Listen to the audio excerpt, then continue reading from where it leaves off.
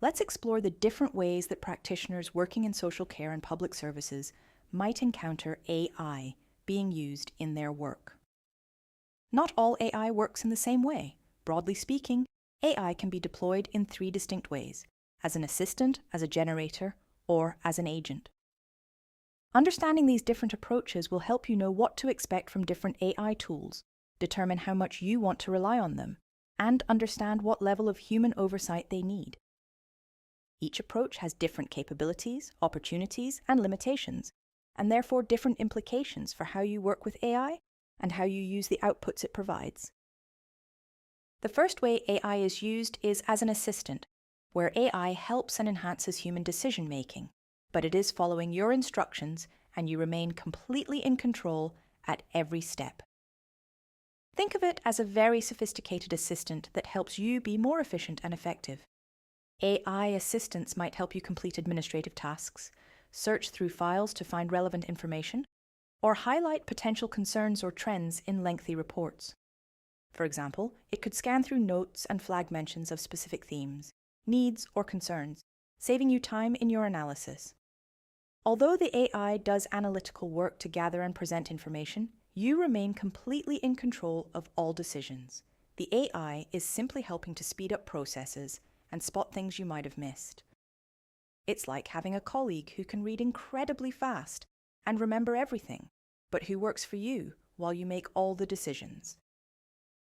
Some examples you might already have encountered include email programs like Gmail Smart Reply or Microsoft Outlook suggested responses that offer quick email reply options or highlight urgent messages. Adobe's AI Assistant or Microsoft 365's summarization features that can analyze documents and quickly extract key points. Search functions like Google Search that understand what you're looking for, even when you don't use exact keywords. For example, recognizing that child development milestones and when babies start walking are related queries. Case and file management software that can recall relevant previous cases when you're writing up overviews, reports, or assessments, helping you to spot patterns or precedents. Microsoft 365 Copilot suggesting how to complete sentences or find relevant information in your documents. The important thing to remember about AI being used as an assistant is that it gives you information to enhance and inform your judgment. It doesn't replace it. You're still the person making all the decisions. The AI just helps you access and process information more quickly and efficiently. The second way AI is used is as a generator. This is where AI systems can perform tasks more independently, creating new content or outputs without constant human guidance at every step. These systems can analyze data, generate content, make recommendations, or even carry out certain processes semi-automatically.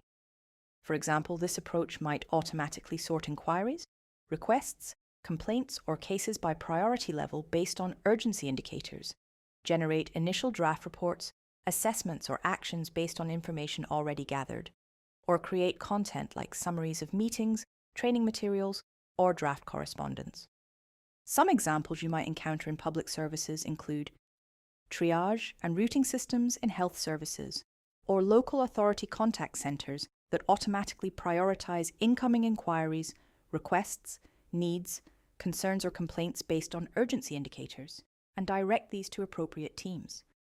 Tools like Grammarly or Microsoft 365 Copilot that create draft summaries, reports, or documents based on your instructions.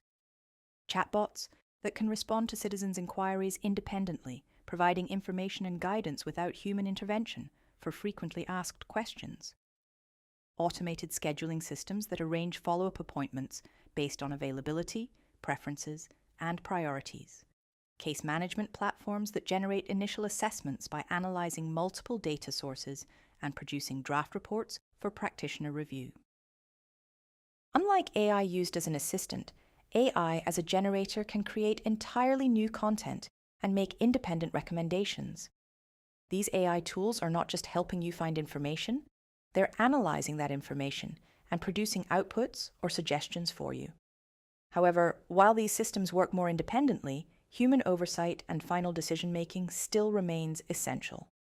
For example, in social care, if AI generates an initial risk assessment for someone potentially in need of care and support, a qualified practitioner will need to review, validate, and take responsibility for any decisions based on that assessment. The practitioner will need to understand and check the reasoning used by the AI tool, consider factors the AI might have missed, and apply their professional judgment to the unique factors and circumstances concerned.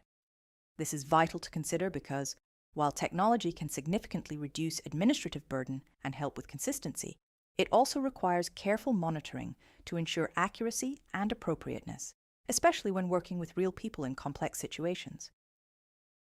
The third and most advanced way AI can be used is as an agent. Agentic AI systems can act with significant autonomy to achieve complex goals, make multi-step decisions, and interact with other systems simultaneously without requiring human approval at each step. Some examples that you may have heard of include advanced automated customer service systems that can handle complex queries by checking multiple databases, escalating issues, and following through on resolutions.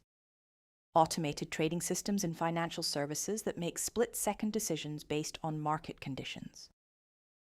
Some healthcare coordination systems being piloted that can schedule appointments across multiple departments, arrange transport, and send reminders, all triggered by a single referral.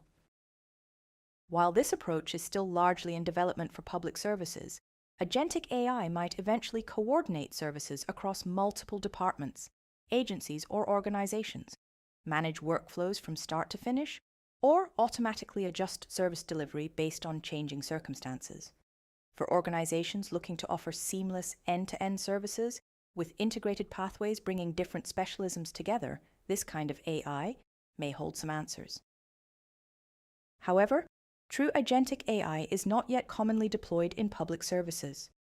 Most systems currently encountered in work are assistants or generators.